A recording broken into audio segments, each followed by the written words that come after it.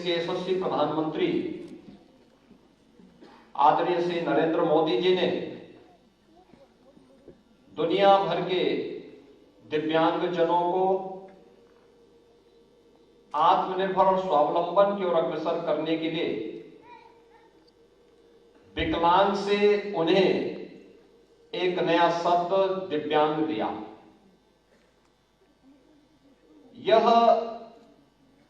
जो शब्द है अपने आप में एक सम्मान है।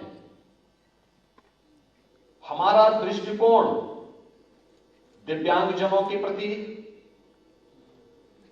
किन्हीं कारणों से अगर कोई व्यक्ति शारीरिक या मानसिक अपरिपक्वता की स्थिति में है, उन स्थितियों में उनके प्रति सहानुभूतिपूर्वक पूर्ण होना चाहिए और उसी सहानुभूतिपूर्ण व्यवस्था को आगे बढ़ाने के लिए उन्होंने नाम के उच्चारण के साथ इस व्यवस्था को जोड़ करके दिव्यांग को, विकलांग को दिव्यांग शब्द कह करके उनके प्रति सम्मान और समाज की सहानुभूति व्यक्त करने का एक माध्यम बनाया। मेरा मानना है कि सरकार के सहायता को अगर समाज के माध्यम से या प्रशासन के माध्यम से दिव्यांग जनों तक समयबद्ध तरीके से पहुंचा दिया जाए तो वह प्रतिभा से भरपूर है। वह स्वयं ही समाज का मार्गदर्शन कर सकता है, ये सामर्थ्य उसके अंदर है।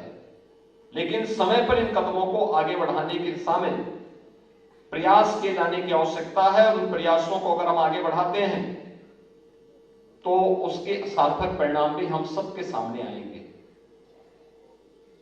भाइयों बहनों, हम सब जानते हैं कि प्रधानमंत्री मोदी जी ने 2016 में दिव्यांगजन अधिकार अधिनियम देश में लागू किया था और इस कड़ी में राज्य सरकार द्वारा भी अधिनियम को पूर्ण रूप से अंगीकृत करते हुए प्रत्येक स्तर पर इस कार्रवाई को आगे बढ़ाते हुए एक वैधानिक व्यवस्था भी इसके लिए दी है। इसके लिए राज्य सरकार ने दिव्यांगजन कल्याण से जुड़ी हुई पूर्व संचालित योजनाओं एवं कार्यक्रमों के प्रति लाभार्थी प्रदान की जाने वाली धनराशि में अनेक योजनाओं में हम लोगों ने वृद्धि भी की है।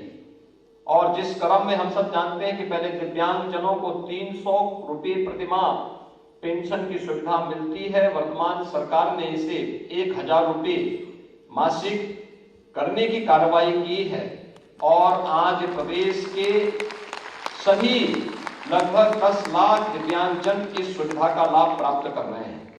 2016-17 में प्रदेश के अंदर जो दिव्यांग योजना के अंतर्गत राज्य सरकार का जो बजट था मात्र 312 करोड़ था।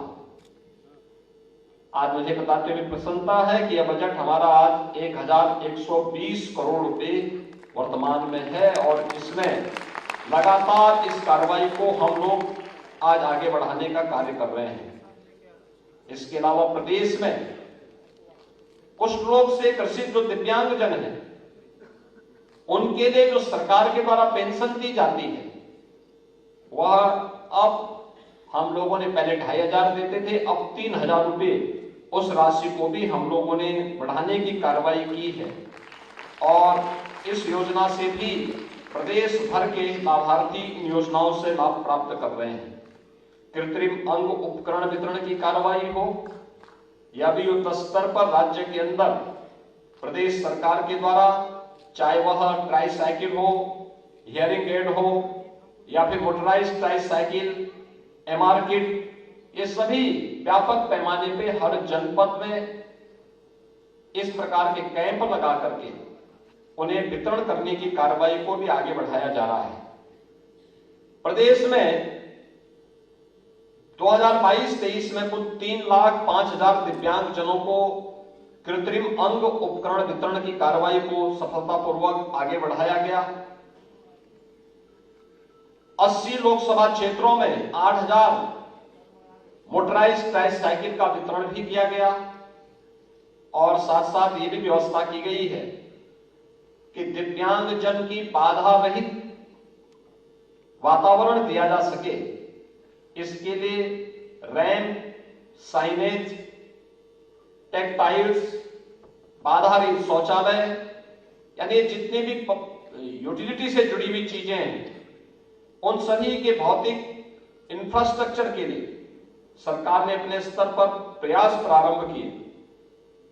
उत्तर प्रदेश परिवहन निगम की बस में हम लोग दिव्यांग जनों को निःशुल्क यात्रा की व्यवस्था भी प्रदेश के अंदर दे रहे हैं, जिसमें 40 करोड़ रुपए परिवहन विभाग को राज्य सरकार अपने स्तर पर प्रतिवर्ष देती है।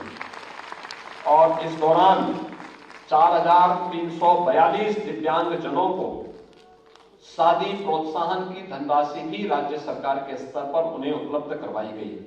आज प्रदेश स्तर पर जो विभिन्न प्रकार की योजनाएं चल रही हैं, दिव्यांग जनों के लिए प्री प्राइमरी से लेकर के उच्च शिक्षा स्तर तक प्रदेश सरकार ने अनेक कार्यक्रम प्रारंभ किए हैं। प्री प्राइमरी में 8 बचपन डे केयर सेंटर की संख्या को अब बढ़ाकर के 25 कर दी गई है।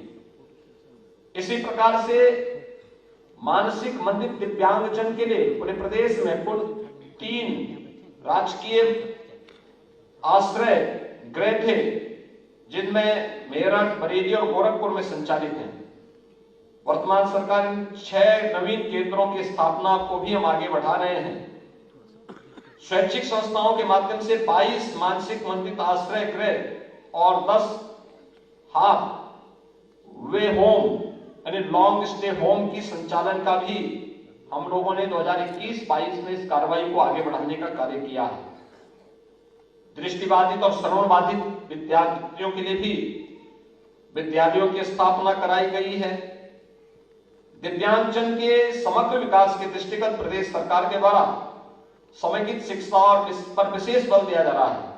और इसी क्रम में 23-24 का जो हमारे वित्तीय वर्ष है, इस वित्तीय वर्ष में 5 समेकित विशेष माध्यमिक विद्यालयों का संचालन प्रारंभ किया जा चुका है और 8 की स्थापना का कार्य वर्तमान में प्रगति पर है। दिव्यांगजन को उच्च शिक्षा और तकनीकी शिक्षा में अधिक से अधिक अवसर उपलब्ध कराने के लिए भी सरकार के स्तर पर प्रयास प्रारंभ हुए हैं। और इसमें मुझे बताते हुए प्रसन्नता है कि डॉक्टर शकुंतला मिश्रा राष्ट्रीय पुनर्वास विश्वविद्यालय के संचालन के साथ साथ प्रभु श्री राम की पावन तपोभूमि चित्रकूट में भी जगत गुरु दिव्यांग विश्वविद्यालय को राज्य विश्वविद्यालय के रूप में मान्यता दी जा चुकी है। और वहां पर भी हम इस कार्रवाई को, यानी उत्तर प्रदेश पहला राज्य है जहां दिव्यांग जनों के लिए एक नहीं 2-2 विश्वविद्यालय हैं और देश का एक पहला राज्य है जहां पर इस प्रकार के कार्य चल रहे हैं।